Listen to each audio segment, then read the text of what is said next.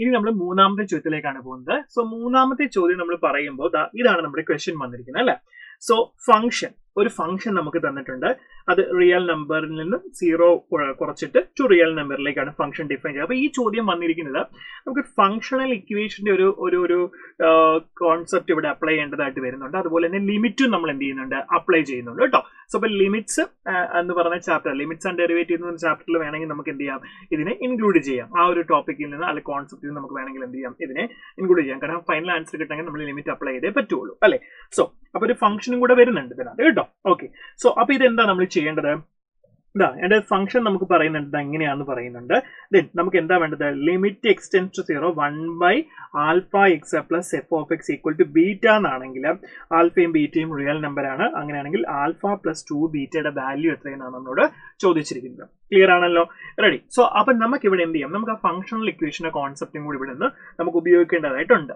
Okay, so നമ്മുടെ first function ഞാൻ ഒന്ന് ഇങ്ങോട്ട് തന്നെ എഴുതുകയാണ്. എന്താണ്, f(x - 6 × f(1/x) = 35/3x - 5/2 എന്നാണ് വരുന്നത്. ക്ലിയർ അല്ലേ? ഇനി ഞാൻ എന്ത് ചെയ്യുന്നുണ്ട്, നമുക്ക് ഇതിനകത്ത് നിന്ന് f(x) കിട്ടണം അല്ലെ. ഇവിടെ ഇപ്പൊ നമുക്ക് f(1/x) ഒക്കെ കിടപ്പുണ്ട്. അപ്പൊ നോർമലി നമ്മൾ എങ്ങനെയാണ് അത് സോൾവ് ചെയ്യുന്നത്? നമുക്കറിയാം എക്സിനെ നമ്മൾ 1/x വെച്ച് റീപ്ലേസ് ചെയ്യാൻ പോവാണ് അല്ലെ. റീപ്ലേസ് നമ്മൾ കണ്ടിട്ടുണ്ട് ഇങ്ങനത്തെ ചോദ്യങ്ങൾ അല്ലെ. റീപ്ലേസ് എക്സ് എന്ന് പറയുന്നത് എങ്ങനെയാണ്, 1/x വെച്ച് നമ്മൾ റീപ്ലേസ് ചെയ്യും. അപ്പൊ ഇവിടെ എന്ത് കിട്ടും നമുക്ക്, ഇവിടെ നമുക്ക് f(1/x) കിട്ടും അല്ലെ. ഇവിടെ f(1/x) കിട്ടും.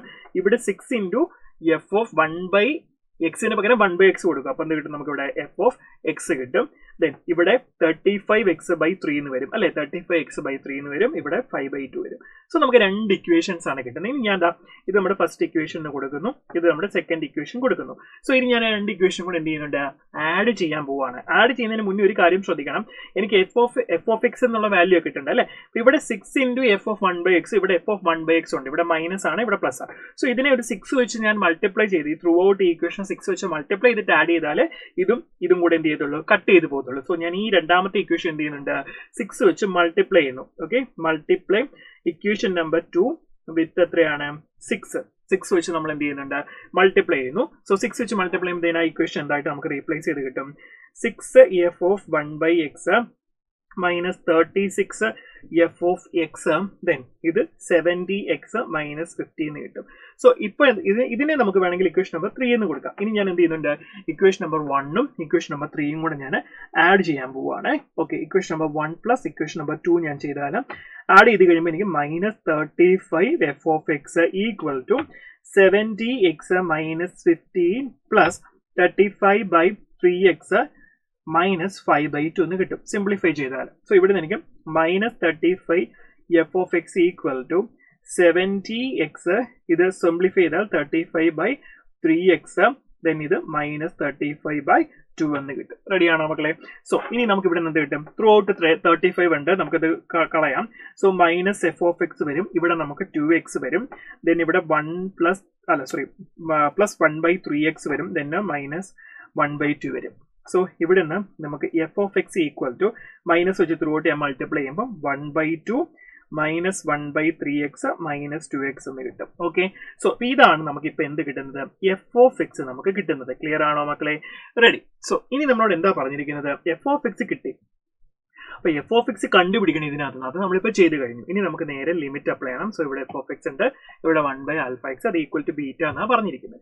സോ നമ്മൾ എന്ത് ചെയ്യാൻ പോവാണ്, ഇനി ലിമിറ്റ് അപ്ലൈ ചെയ്യുന്ന സ്റ്റെപ്പിലേക്കാണ് നമ്മൾ പോകുന്നത്. Okay, ready. സോ അങ്ങനെയാണെങ്കിൽ നമുക്ക് എന്ത് കിട്ടും, limit x(tend to 0) 1/α(x + f(x) = നമുക്ക് ബീറ്റ എന്ന് വരും. റെഡി അല്ലേ? സോ അങ്ങനെയാണെങ്കിൽ നമുക്ക് ഇനി എന്ത് ചെയ്യാം, f(x) ഒക്കെ ഇട്ട് കൊടുക്കാം. So limit x(tend to 0) 1/α(x + f(x) എന്തുവായിരുന്നു, 1/2 - 1/3x - 2x, this is equal to beta. കണ്ടോ എങ്ങനെയാണ് ചെയ്യുന്നതെന്ന്? സോ ഇനി ഞാൻ എക്സിന്റെ ടേമും ഇവിടെ ലിമിറ്റ് x(tend to 0) ഞാൻ 1/α - 1/3 1/x, ഇതുണ്ടോ, ഒരു 1/α(x) 1/3x, അതിനെ ഞാൻ ഒന്നിച്ച് എഴുതി. ദെൻ ഇവിടെ +1/2 - 2x = ബീറ്റ എന്ന് വന്നു. റെഡി. സോ നിങ്ങൾക്കറിയാം ഇത് ലിമിറ്റ് എക്സിസ്റ്റ് ചെയ്യുന്നുണ്ട് എന്നുള്ള കാര്യം നമുക്ക് കൃത്യമായിട്ട് അറിയാം. ലിമിറ്റ് എക്സിസ്റ്റ് ചെയ്യുന്നതുകൊണ്ടാണ് എന്ത് ചെയ്യുന്നത്, നമുക്ക് ആൽഫയും ബീറ്റയും വാല്യൂ എല്ലാം കിട്ടുന്നുണ്ട്. ഇവിടെ ലിമിറ്റ് എക്സിസ്റ്റ് ചെയ്യുന്നുണ്ട്, this is equal to beta എന്ന് പറയുന്നുണ്ട്. സോ ലിമിറ്റ് എക്സിസ്റ്റ് ചെയ്യുന്നത് കൊണ്ട് നമ്മൾ എന്ത് ചെയ്യുന്നു, എക്സ് ടെൻ ടു 0 കൊടുത്തു കഴിഞ്ഞാൽ ശരിക്കും എന്താണ്, ഇത് 0 ആയി പോകണം. ഇതിന്റെ വാല്യൂ 0 ആയി പോയാലേ സെറ്റ് ആവുള്ളൂ അല്ലെ. സോ പിന്നെ ഇവിടെ നമ്മൾ എക്സിന് 0 കൊടുത്തു കഴിഞ്ഞാൽ ബീറ്റയുടെ വാല്യൂ 1/2 എന്നും കിട്ടും. സോ അപ്പൊ നമുക്ക് എന്ത് ചെയ്യണം, ഒരു കേസ് നമുക്കറിയാം 1/α മൈനസ് 1/3 എന്ന് പറഞ്ഞത് 0 ആവണം അല്ലെ. സോ അങ്ങനെയാണെങ്കിൽ ആൽഫ ഈക്വൽ ടു 3 എന്ന് നമുക്ക് കിട്ടും.